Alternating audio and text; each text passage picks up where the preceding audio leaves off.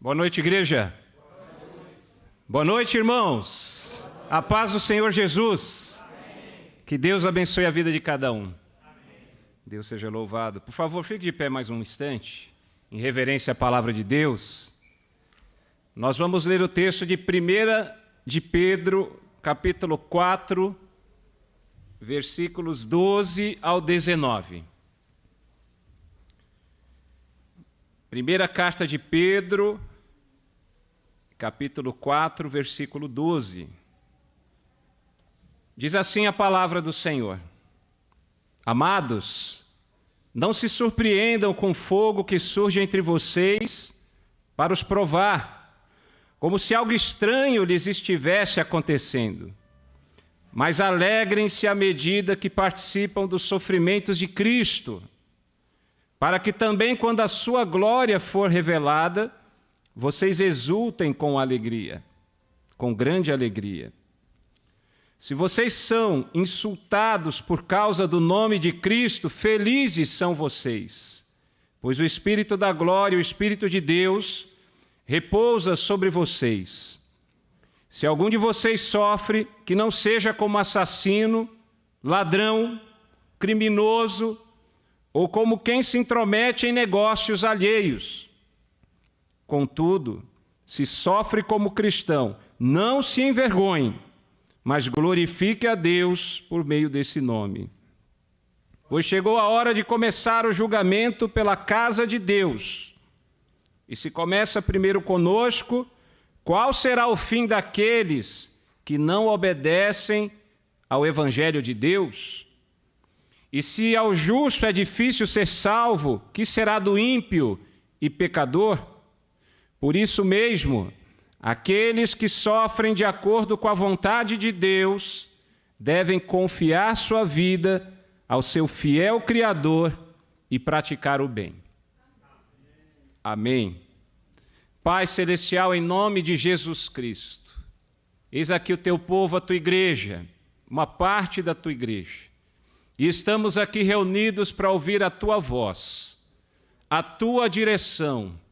Senhor, que eu seja a boca de Deus nesta noite e que eu traga a tua palavra que não volta vazia. Abençoa a tua igreja, edifica o teu povo e que tudo que for feito e falado aqui seja para a honra e glória do teu santo nome. Essa é a nossa oração em nome de Jesus. Amém. Pode tomar o seu assento. Título da mensagem: o sofrimento precede a glória. O sofrimento precede a glória. Eu quero falar sobre o sofrimento na vida cristã como um caminho para a glória eterna.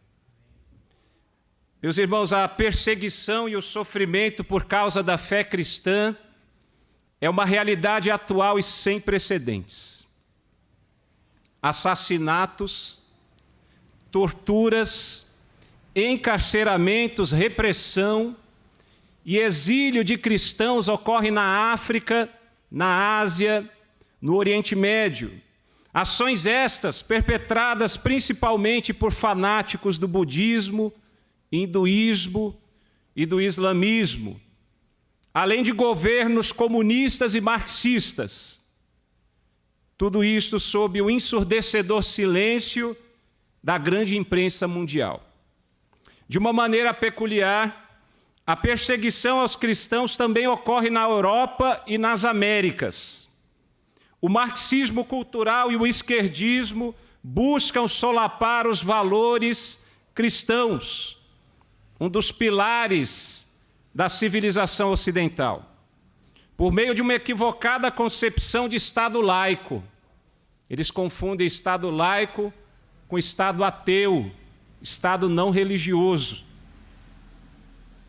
Também por meio de um relativismo moral e religioso, enfim, uma verdadeira revolução cultural de viés secularista. No Brasil, país com quase 90% de cristãos confessos, há projetos de lei e ações estatais em curso que limitam a liberdade religiosa e de culto. Há inúmeras tentativas de afastar os cristãos do debate público, tolhendo-lhes o direito de participar do processo político e democrático. Vem sendo pavimentado assim o caminho para a aprovação de leis contrárias à palavra de Deus, como a legalização do aborto, a legalização das drogas, ideologia de gênero, casamento homoafetivo, pautas do feminismo radical e tantas outras pautas anticristãs. Parte do governo, instituições de ensino, de escolas a universidades, as artes, as mídias ridicularizam os seguidores de Cristo e a chamada contracultura cristã, a nossa fé cristã. Filmes, séries, novelas e outras manifestações culturais promovem imoralidades sexuais, egoísmo, consumismo, abuso de álcool e outras drogas, violência, a total degradação dos valores morais. Não há dúvidas, o cristianismo é a religião mais severamente perseguida em todo o mundo. Não sei se vocês sabem, no século XX, o número de cristãos mortos e perseguidos foi o maior da história da Igreja. E o século XXI caminha no mesmo sentido, talvez para superar esses números. Alguns denominam como cristofobia a aversão ao cristianismo, a Cristo ou ao que é cristão. Uma assustadora realidade do mundo contemporâneo. O autor do texto que nós lemos é o apóstolo Pedro, um dos discípulos mais chegados de Jesus Cristo. Um homem que foi transformado radicalmente pelo poder de Deus. Ele deixou a pesca no mar da Galileia para seguir a Cristo e pregar o Evangelho, e tornou-se um pescador de homens. A primeira carta de Pedro tem por destinatários os crentes da dispersão de 5 províncias da Ásia Menor, que hoje é a Turquia. A maioria desses crentes eram gentios. Gentios são não-judeus convertidos ao cristianismo. Pedro encoraja a igreja a permanecer firme na fé, a despeito do sofrimento e dificuldades do dia a dia por causa do nome de Cristo. O texto lança luz sobre o tema do sofrimento na vida cristã, numa perspectiva pastoral, de cuidado. Portanto, seus ensinamentos são uma necessidade urgente no preparo dos crentes do século XXI, para que nós, eu e vocês, suportemos os maus tratos que inevitavelmente, eu repito, os maus tratos que inevitavelmente nós sofreremos por causa da fé cristã. Eu quero fazer a exposição do texto bíblico. Por favor, mantenha a Bíblia aberta no texto de 1 Pedro 4:12 em diante. Pedro começa falando, amados. Eis aqui o segredo do texto. O apóstolo trata como um pastor que cuida de suas ovelhas. Mais precisamente, Pedro está cuidando das ovelhas de Cristo, da igreja do Senhor Jesus Cristo. Por isso ele usa a palavra amados. E ele vai lidar com gente, nossos irmãos daquela época, que sofriam perseguição, talvez ainda não aquela perseguição oficial imposta pelo Império Romano, depois do grande incêndio de Roma, em 64 depois de Cristo.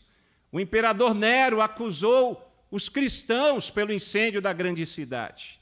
E ali desencadeou-se, ainda que não seguidamente, não regularmente, uma feroz perseguição à Igreja de Cristo. Os irmãos já devem ter assistido o filme do gênero. Cristãos empalados, cristãos derramavam piche, colocavam na cruz e acendiam o fogo para iluminar o caminho até o Coliseu de Roma. Cristãos que eram lançados às feras, com peles de animais, soltavam animais, feras, leões famintos, e devoravam os cristãos. Negue o seu Jesus. Quantos não perderam a vida porque não negaram o nome de Jesus Cristo? Talvez não tenha sido ainda este o momento, embora Pedro já preparava, inspirado pelo Espírito Santo, a igreja para este momento de grande perseguição. Mas certamente nós vemos no texto da primeira carta de Pedro, o apóstolo Pedro exortando, por exemplo, esposas que se convertiam ao cristianismo e o marido não. Às vezes escravos, pessoas pobres, pessoas marginalizadas, que aceitavam a Jesus Cristo, mas sofriam todo tipo de hostilidade, xingamentos, ofensas, insultos, mentiras, simplesmente pelo fato de seguirem a Cristo. Vejam que não só os judeus perseguiam os cristãos, porque até um tempo na história o cristianismo era uma facção do judaísmo, depois houve uma separação, mas também os pagãos, aquele povo greco-romano, também com a sua religião de mistérios, perseguia cristãos. E vejam como eram as coisas. Os cristãos eram chamados de ateus. Sabe por que ateus? Porque cristão adorava um só Deus, enquanto aquela sociedade adorava vários deuses. Os cristãos eram acusados falsamente de não obedecerem o imperador romano, de serem rebeldes. Por quê? Porque os cristãos se recusavam de chamar de Kyrios, no grego, Senhor, o imperador romano, porque existia um culto ao imperador. Kyrios somente é Jesus Cristo. Jesus Cristo, Kyrios, somente Jesus Cristo é o Senhor. Quando não, os cristãos também eram acusados de se reunir em reuniões secretas para comer a carne e tomar o sangue de alguém, uma deturpação da ceia do Senhor. Vejam quantas mentiras ao longo da história foram levantadas contra o povo de Deus, contra a igreja de Cristo. E mulheres sofriam opressão dos maridos que não aceitavam, como acontece hoje. Servos e escravos sofriam opressão dos seus senhores, que não aceitavam a palavra da fé, a verdade que liberta. Talvez fosse nesse contexto que Pedro escreveu essa carta aos cristãos. E Pedro ele esclarece àquela igreja: não se surpreendam com o fogo que surge entre vocês para os provar. Preste atenção aqui, meu irmão. Esse fogo é uma metáfora, é uma figura de linguagem para sofrimento, para perseguição. É verdade, meus irmãos. Às vezes nós ficamos perplexos, porque Deus permite sofrimento em nossas vidas. Mas por que, Senhor? Tenho sido fiel a Ti. Alguns até punhos cerrados, esbravejando contra o céu. Por que o céu está fechado? O Senhor não responde à minha oração. Tenho sido fiel, obedeço a Tua palavra, evangelizo, não roubo, não mato, não adultero, tenho uma vida piedosa. Por que o Senhor permite que o meu patrão me persegue?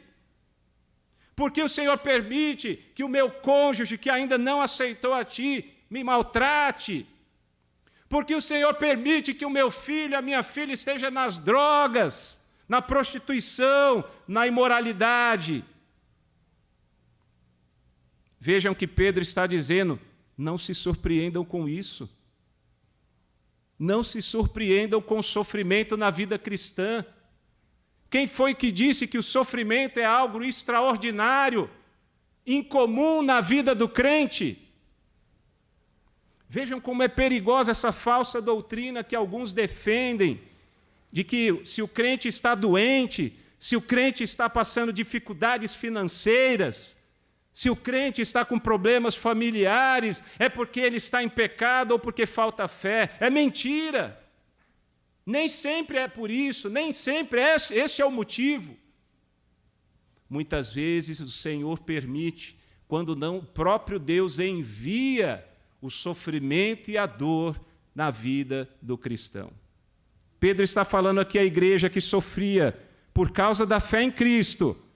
Não se surpreenda com esse fogo, com esse sofrimento, com essa perseguição, com essa dor. Primeiro motivo que ele mostra: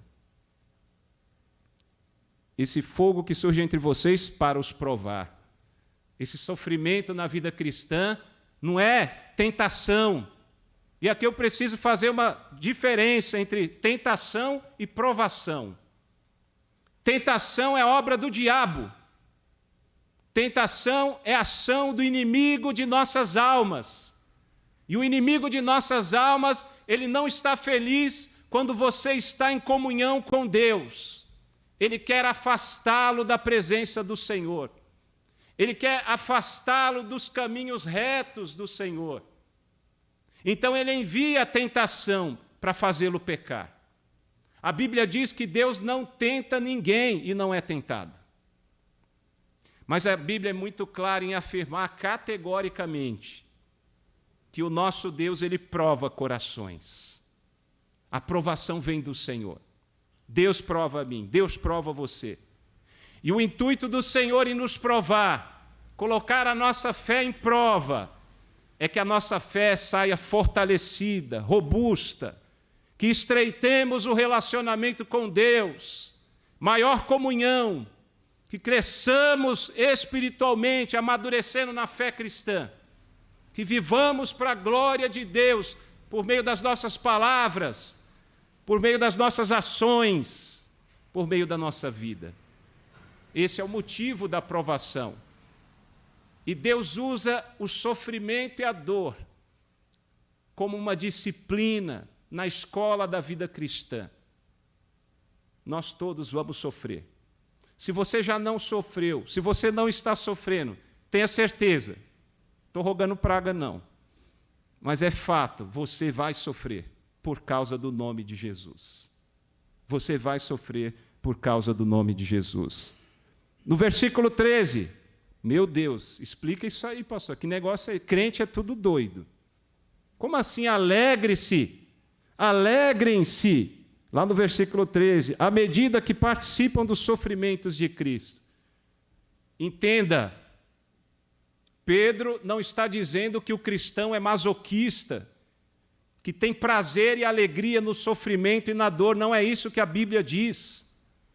Apesar do sofrimento, porque nos alegramos nesse sofrimento, porque seguimos a Cristo. Em primeiro lugar, já vimos, é provação, vem de Deus.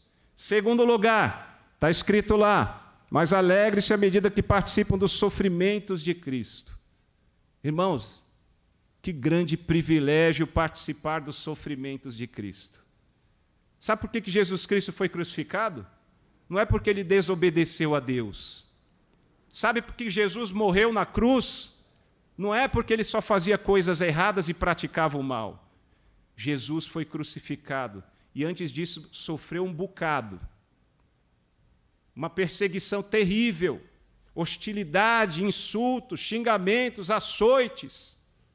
Você deve se lembrar da coroa de espinho, da zombaria dos soldados romanos, dos judeus meneando a cabeça e zombando de Cristo na cruz. E sabe por quê? Porque ele obedeceu perfeitamente à lei de Deus. E obedeceu no nosso lugar, porque nós não conseguimos obedecer perfeitamente à lei do Senhor. E mais, vocês pensam que Roma tinha força contra o Espírito de Deus? Vocês pensam que o Império Romano era mais forte do que o Deus Todo-Poderoso? Não! Jesus voluntariamente morreu no meu e no seu lugar. Nós nem crentes éramos.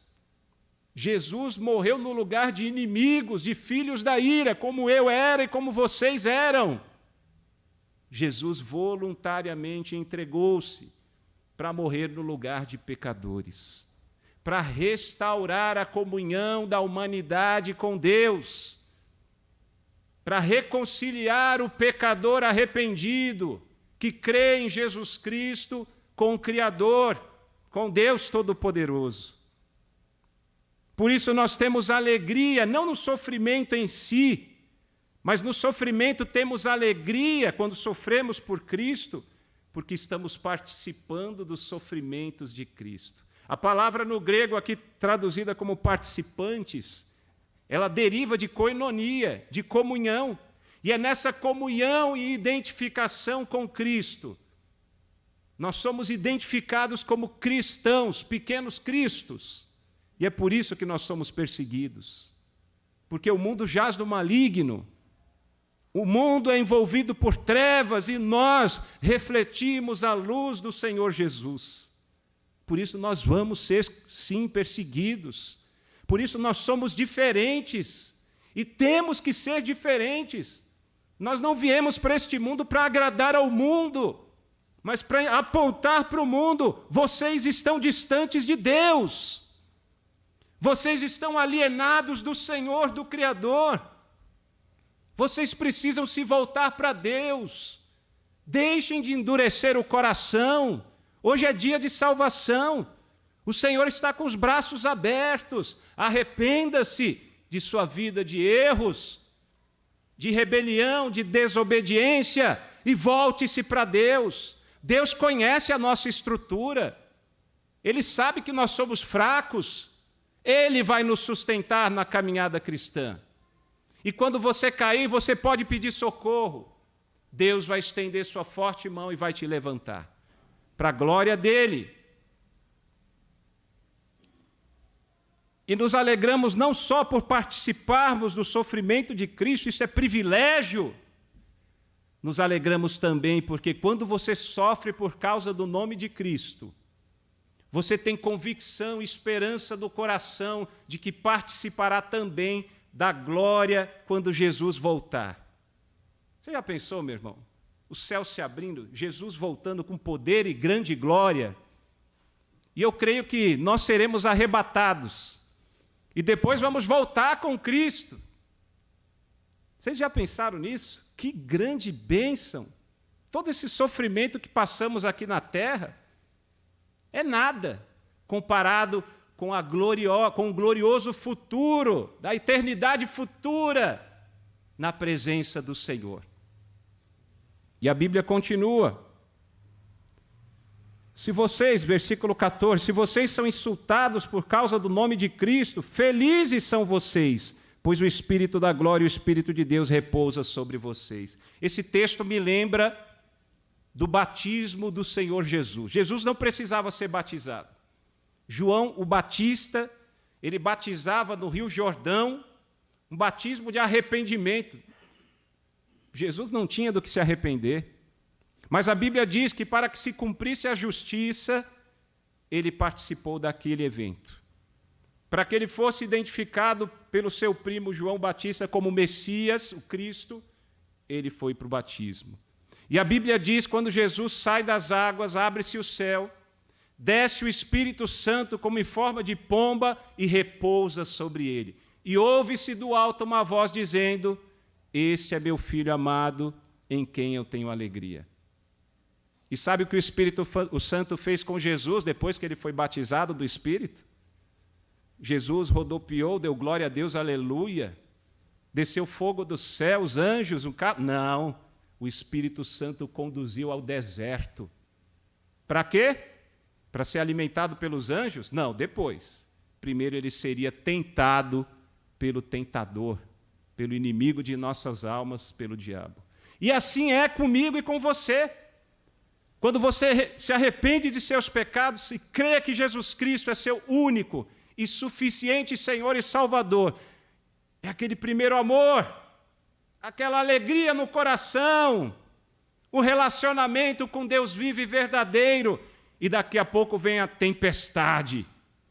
E você atravessa o pântano de sofrimento e dor, e desesperança. E a sua fé começa a ser minada. Você é golpeado. Até que o Espírito Santo fala ao seu coração e vem a paz. Às vezes você nem saiu do sofrimento ainda. Às vezes você está no deserto. Às vezes você ainda está no vale, sofrendo um bocado. Parece que o céu está blindado, é chumbo. Sua oração não passa do teto. Mas daqui a pouco parece que o céu se abre. e vem aquela paz que excede todo entendimento. A alegria do Senhor enche o seu coração. E aí você começa a dar glória no meio da provação. E os ímpios, os incrédulos não entendem. Esse camarada é louco. Nós somos loucos, sim. Porque a nossa fé é loucura para os que não creem. Mas a nossa fé, baseada no Evangelho, que é o poder de Deus para a salvação de todo aquele que crê. Nós não nos envergonhamos do Evangelho. Nós não nos envergonhamos de Jesus. Você não precisa se envergonhar de Jesus Cristo. Ainda que você perca amizades, oportunidades, não abra mão de Jesus Cristo. Porque o sacrifício dele foi muito gigante. O alto preço que ele pagou para te resgatar para Deus foi o sangue dele vertido na cruz. Nós não temos o direito de continuar numa vida de pecado, de erro e de engano. Não pelo medo do castigo de Deus. Não por isso, embora também isso pese. Mas principalmente porque é muito triste ferir o coração do Pai Celestial, Pai amoroso, que enviou o Filho dele para morrer no meu e no seu lugar.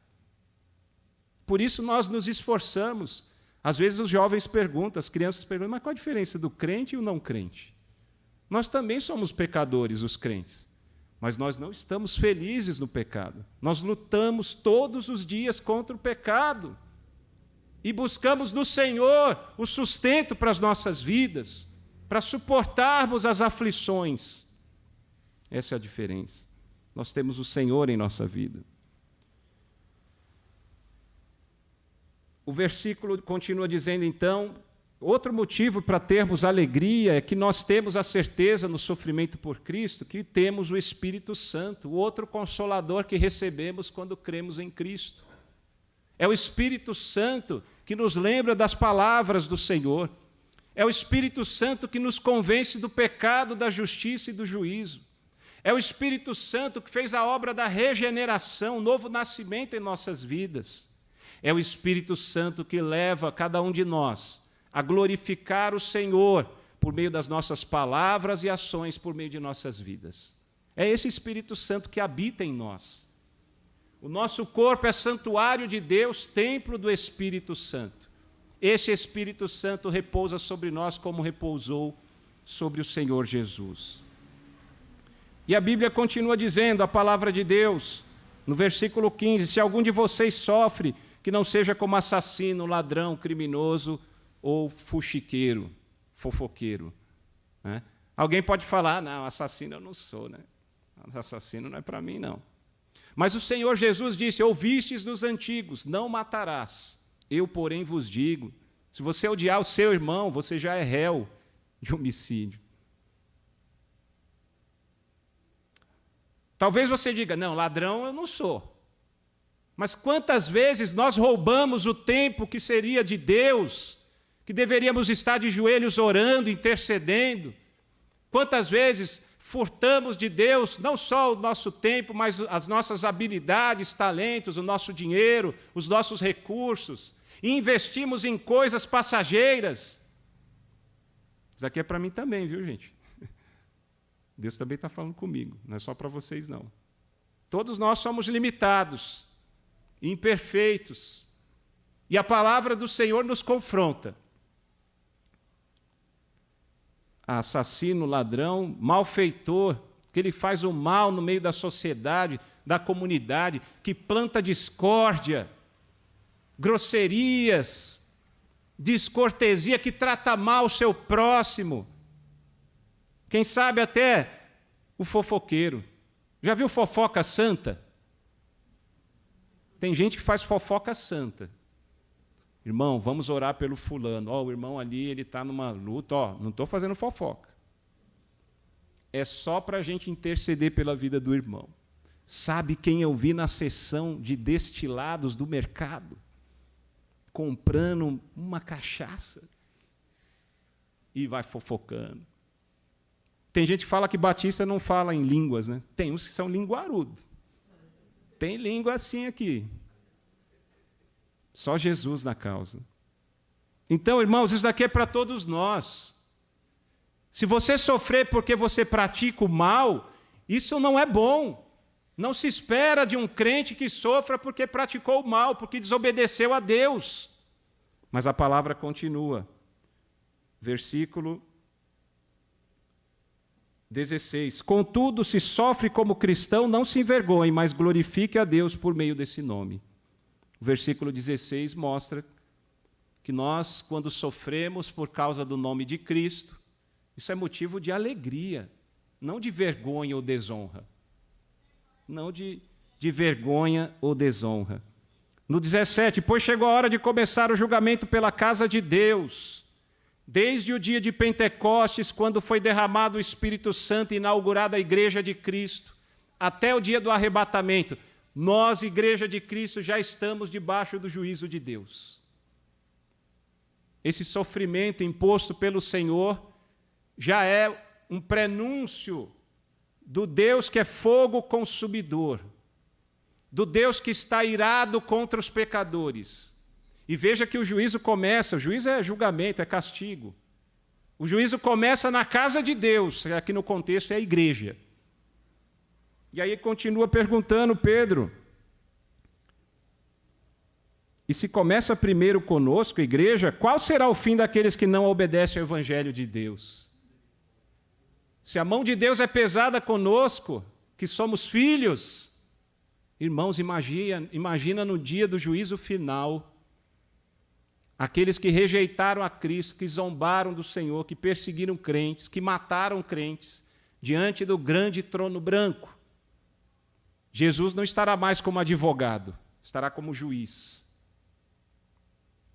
E os livros se abrirão, e cada um será julgado conforme as obras que realizou. E aí é o Deus justo, não é essa justiça aqui da terra, provas produzidas, fraudes, não.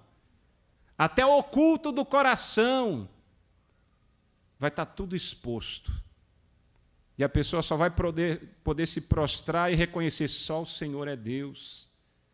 Todo joelho se dobrará, toda língua confessará que Jesus Cristo é o Senhor. E a pessoa ainda vai ter consciência de que merece a condenação, o que deve ser a coisa mais terrível, que teve oportunidade e rejeitou. Se ao justo é difícil ser salvo, o justo aqui é o justificado pela fé em Cristo. Difícil ser salvo no sentido de que nós somos salvos, mas não sem sofrimento. Nós desenvolvemos a salvação nesse caminho de santificação com dor, com sofrimento, com choro. O que será do ímpio e pecador? Por isso mesmo, Pedro conclui no versículo 19, aqueles que sofrem de acordo com a vontade de Deus. As primeiras vezes que eu li esse texto, eu fiquei perplexo. Como assim, sofrer pela vontade de Deus? É isso aí, irmãos. Muitas vezes sofremos por causa da vontade de Deus. Qual é a nossa reação diante disto? Devemos confiar nossas vidas ao fiel Criador, a Jesus Cristo, e continuar obedecendo à vontade de Deus. Eu quero destacar 4 lições que nós aprendemos nesse texto. Primeira lição no versículo 12, espere o sofrimento na vida cristã. Uma vida livre de sofrimento é ilusão. Na vida cristã isso também é uma verdade. O Senhor permite ou envia problemas para provar a fé e moldar o caráter do cristão. Precisamos encarar a realidade de que Deus pode nos ensinar valiosas lições através de provas de fogo. O sofrimento e a dor, uma das disciplinas mais duras na vida cristã. Não se pode evitar todo o sofrimento, mas este, muitas vezes, é usado pelo Senhor para trazer bênçãos. Sofrimento trazendo bênçãos. Porque é necessário que passemos por muitas tribulações para entrarmos no reino de Deus, se está em Atos 14, 22. Até mesmo Cristo, sendo Filho de Deus, aprendeu a obedecer por meio daquilo que sofreu. Autor de Hebreus 5, versículo 8. É preciso saber lidar com o sofrimento. A consciência da realidade das tribulações na vida cristã pode evitar problemas ainda maiores. Quando não podemos evitar o sofrimento, devemos enxergá-lo como uma oportunidade de nos tornar pessoas melhores, melhores cristãos, após enfrentá-lo e vencê-lo com paciência. O engano de não esperar sofrimento para o crente pode ser muito perigoso. Corremos o risco de esfriar na fé, de nos afastar de Deus, deixando de confiar nele e também em seus cuidados, à medida que pensamos que Deus está indiferente à nossa dor. Penso que todos aqui já tiveram essa experiência. Você numa fornalha de fogo ardente, clamando a Deus e o céu em silêncio. E vem no coração, será que Deus me ama? Deus não está indiferente ao nosso sofrimento. Olha aqui eu pregando a palavra dele para você. Quantas vezes Deus envia um homem, uma mulher de Deus para encorajá-lo, exortá-lo, fica firme, não desista, não desanime. Deus não desiste de você. Mas não é do nosso jeito, é do jeito do Senhor. O desespero diante das tempestades da vida pode levar a decisões e ações erradas, movidas por revolta e murmuração, com consequências desastrosas para o relacionamento com o Senhor. Deus nos prova por meio do sofrimento para aprendermos a depender dele e de sua palavra. Por isso, nenhum cristão deve ficar surpreso quando sua vida é envolvida por dificuldades. Nessa circunstância, devemos correr não na direção oposta de Deus, mas correr ao encontro do Senhor. Espere o sofrimento na vida cristã. Essa é a primeira lição. Segunda lição, versículos 13 e 14. Alegre-se no sofrimento por Cristo. Devemos reagir aos problemas com alegria, sabendo que Deus pode chamar nossa atenção, permitindo que passemos por uma dura prova. Diz o autor de Hebreus 12, 6, pois o Senhor disciplina a quem ama e castiga todo aquele a quem aceita como filho. Por vezes, Deus vê a necessidade de aperfeiçoar e fortalecer nosso caráter, e assim somos submetidos ao fogo para a purificação, semelhante ao ouro submetido ao fogo para retirar as impurezas. A comunhão dos cristãos com Cristo acaba colocando-os no caminho do martírio. Cristãos são coparticipantes dos sofrimentos de Cristo. A comunhão e identificação dos cristãos com seu Senhor e Mestre pode levá-los ao sofrimento e até à morte. Que grande alegria podermos participar dos sofrimentos de Cristo. Você deve se lembrar do texto de Atos, que fala da experiência de conversão do apóstolo Paulo. Ele estava na estrada para Damasco e a missão dele era perseguir e prender cristãos. E aí ele teve uma experiência de conversão com Cristo ressurreto. Jesus apareceu para Paulo, Paulo caiu por terra e Jesus perguntou-lhe, Saulo, Saulo, por que me persegues? Saulo, desconcertado, que é Paulo, quem és tu, Senhor? E Jesus respondeu, eu sou Jesus Cristo a quem tu persegues. Percebem a identificação e a comunhão de Cristo com a igreja? Paulo estava perseguindo a igreja de Cristo. Cristo toma as dores de sua igreja. Meus irmãos, qualquer pessoa que perseguir um cristão, que fazer o cristão sofrer, que tirar a vida de um cristão, sendo esse cristão fiel, por causa da fé cristã, este terá que prestar contas ao Senhor Jesus Cristo. Jesus está à frente de todas essas batalhas. Nós não estamos sozinhos. Além da comunhão e identificação com Cristo, há um motivo escatológico. Escatológico é de fim dos tempos. para a alegria diante do sofrimento cristão.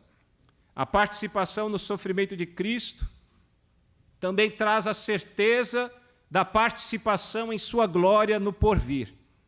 O Pai Celestial guarda seus filhos das dificuldades do presente, de modo que estes não perdem a esperança do futuro quando Jesus vier com poder e grande glória. Os sofrimentos precedem a glória. Os sofrimentos precedem a glória. Alegremo-nos, pois fomos considerados dignos de sermos humilhados por causa do nome de Cristo. Atos 5:41. Os sofrimentos da vida cristã são indicativos de que o Espírito Santo repousa sobre o crente, hostilizado e insultado por ser fiel e obediente a Cristo e a sua palavra. Podemos contar com o socorro do Espírito de Deus, que recebemos quando cremos em Cristo, e por isso podemos suportar todos os insultos.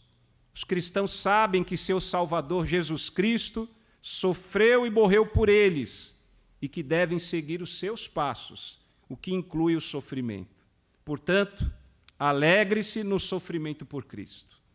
Terceira lição: glorifique a Deus seguindo a Cristo, versículos 15 e 16. Alguns sofrimentos são resultados de nossos próprios erros, quando desobedecemos aos mandamentos de Deus. O cristão não deve sofrer por praticar o mal. Nesta situação, Deus permite o sofrimento ou castiga para nos chamar a atenção no que estamos fazendo e para mudarmos o nosso comportamento e atitude. É o caso do sofrimento que conduz ao arrependimento. Mas o sofrimento por seguir a Cristo está em outro patamar. Este sofrimento por causa da injustiça do mundo revela a amizade de Deus que gera inimizade com o mundo e que glorifica a Deus. Você deve se recordar também Atos dos Apóstolos. Paulo e Silas pregando o evangelho com fidelidade, obedientes à vontade de Deus.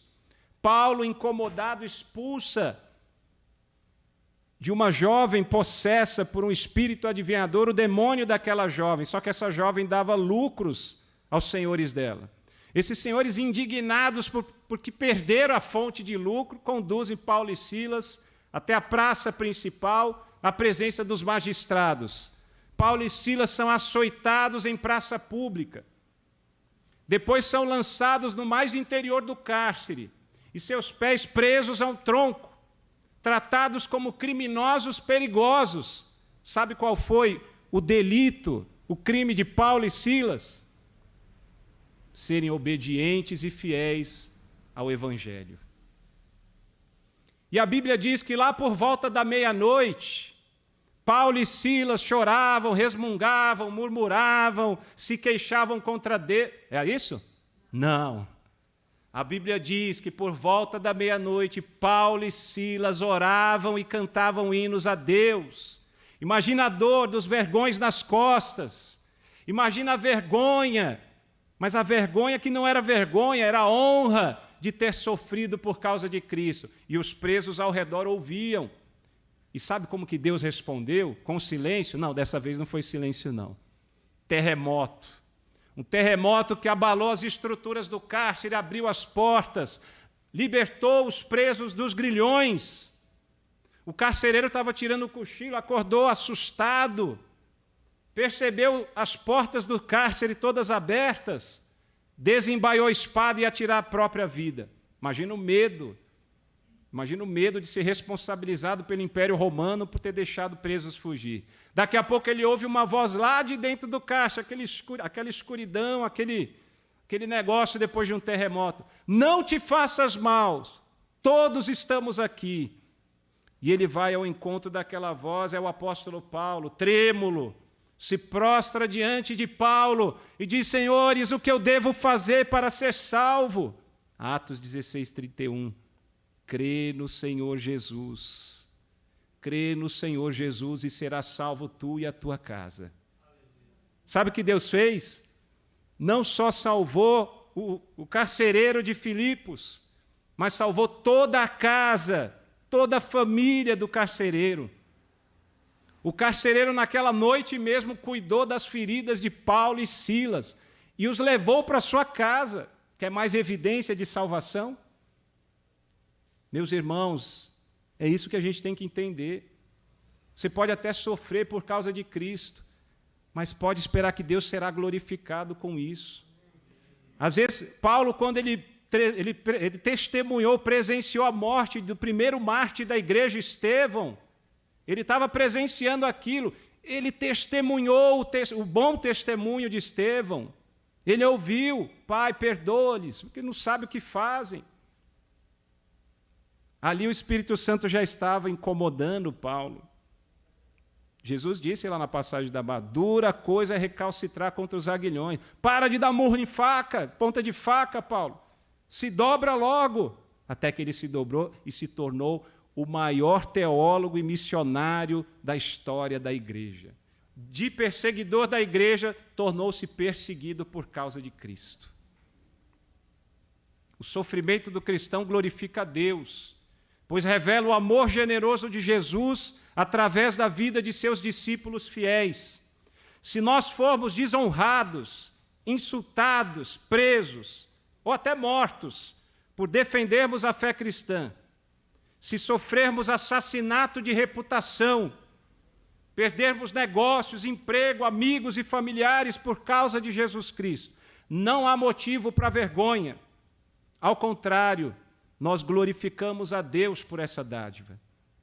É como se Pedro lembrasse das palavras de Jesus no Sermão do Monte, Mateus 5, 11 e 12. Olha o que Jesus disse: bem-aventurados sois quando por minha causa vos injuriarem e vos perseguirem, mentindo, disserem todo mal contra vós.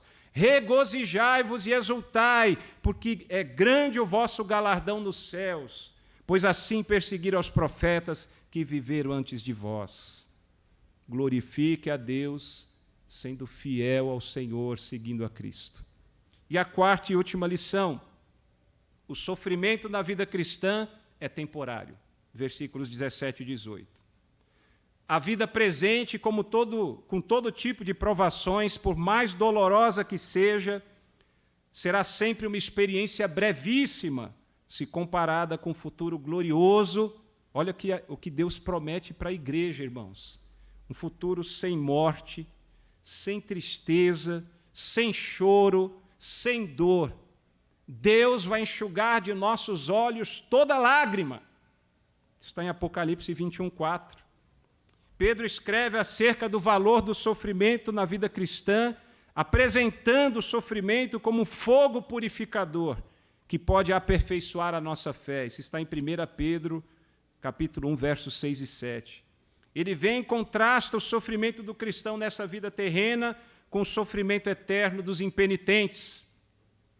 As dificuldades cotidianas na vida cristã evidenciam que o julgamento divino de vivos e mortos, que culminará com o juízo final, já começou. O juízo de Deus vem sobre todos, cristãos e não cristãos. Paulo ensina que todos nós compareceremos diante do tribunal de Cristo, para que cada um receba segundo o bem ou mal que tiver realizado. Na presente era, o juízo divino cai sobre a igreja, muitas vezes por meio do mundo incrédulo e perverso. Mas esse julgamento não é para condenação. A palavra de Deus diz em 1 Coríntios 11, 32, quando somos julgados, somos castigados pelo Senhor, para não sermos condenados com o mundo. Contudo, se o Senhor permite os sofrimentos de seus filhos, qual será o fim daqueles que não obedecem ao Evangelho de Deus? Eu digo, quem não suportar o sofrimento por Cristo agora, terá de suportar os sofrimentos eternos do futuro, e sem Deus, e sem oportunidade de arrependimento. É infinitamente melhor, portanto, suportar as aflições nesta vida e depois entrar na glória, que suportar o sofrimento eterno no lago de fogo e enxofre por rejeitar o Evangelho. O plano de redenção de Deus traz grande conforto. Quando Jesus voltar, todos os arrependidos que o aceitaram como seu Salvador e Senhor, entregando suas vidas em obediência amorosa, vão ser consolados e nunca mais sofrerão. Nunca mais sofrerão. Nós não sofreremos mais. Aleluia. A Bíblia diz: esforçai-vos por entrar pela porta estreita. Paulo disse que as aflições deste tempo presente não são para comparar com a glória que em nós há de ser revelada. E o salmista também disse: o choro dura uma noite, mas a alegria vem pela manhã.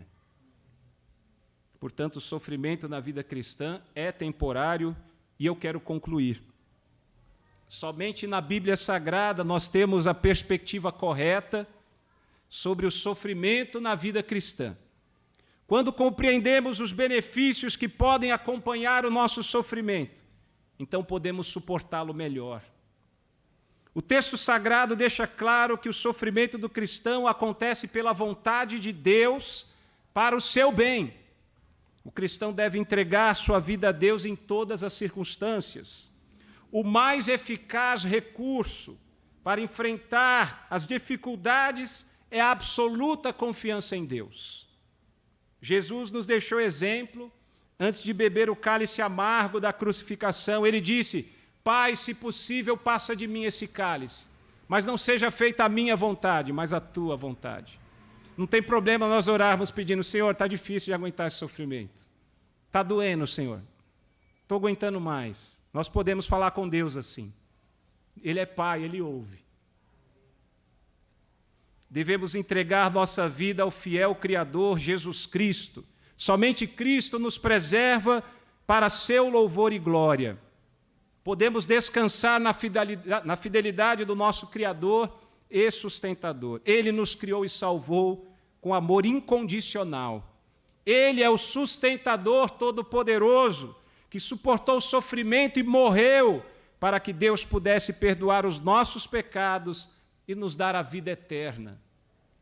Diante das perseguições e do sofrimento, devemos olhar além do presente, do agora, e constatar que Deus está nos purificando e fortalecendo não só para o agora, mas para o futuro por vir. Ter isso em mente pode nos ajudar a enfrentar melhor as dificuldades da vida. Nossa percepção da vida, muitas vezes, é focada exageradamente na existência terrena. Isto é um erro. Quando perdemos de vista as maravilhosas promessas de Deus e deixamos de lado a perspectiva eterna, nos tornamos anões na fé e desesperamos diante dos problemas. Não existe nenhum atalho para a glória, meus irmãos. É necessário passar pelo sofrimento. A porta é estreita e o caminho apertado para a vida eterna. O sofrimento precede a glória. Que Deus grave a eternidade em nossos corações e que, como cristãos, vivamos à luz dessa perspectiva, batalhando pela fé para a glória de Deus. Amém. Vamos orar mais uma vez? Senhor nosso Deus e Pai, nós estamos aliviados, Senhor. Talvez entre nós há pessoas, ou aqui, ou mesmo alguém que esteja ouvindo esta mensagem, que está passando no meio de um deserto, está sofrendo com dificuldades financeiras, problemas familiares, está sofrendo espiritualmente, emocionalmente. Ah, Deus, são tantos os problemas deste mundo. E o Senhor nunca nos enganou. O próprio Senhor Jesus disse: no mundo tereis aflições, mas tende bom ânimo, eu venci o mundo. E esta promessa de que o Senhor estaria conosco todos os dias até o fim dos tempos, que nos dá ânimo para prosseguirmos nossa caminhada com o Senhor. Perdoa os nossos pecados, Pai. Perdoa-nos pela infelicidade quando esbravejamos, questionamos a Tua soberania, a Tua vontade perfeita, agradável. Deus, às vezes não entendemos os Teus planos, a Tua mente, os Teus caminhos, mas nós sabemos que o Senhor está no controle, que o Senhor é soberano, que o Senhor é Rei dos reis, Senhor dos senhores. E o Senhor faz tudo perfeito. Como um tapeceiro, Pai, prepara um tapete. Nós acompanhando o meio do processo, parece tudo tumultuado, tão difícil. Parece que não vai dar certo. Mas quando olhamos para as promessas reveladas na Tua palavra, nós temos certeza de que o Senhor está no controle e que o Senhor tem planos de paz e prosperidade para o seu povo. Muito obrigado, meu Deus. Derrama o bálsamo sobre todas as vidas, todos que ouviram esta mensagem, teus filhos e aqueles que ainda não te conhecem, que estes possam ter o coração aberto para receber esta mensagem e, mais do que tudo, receber Jesus como Senhor e Salvador de suas vidas. Muito obrigado, Senhor. Nós te agradecemos em nome de Jesus. Amém e amém. E que a graça de nosso Senhor Jesus Cristo, o amor de Deus Pai e a comunhão do Espírito Santo sejam com todos vocês hoje e eternamente. Amém. Deus abençoe a todos, em nome de Jesus.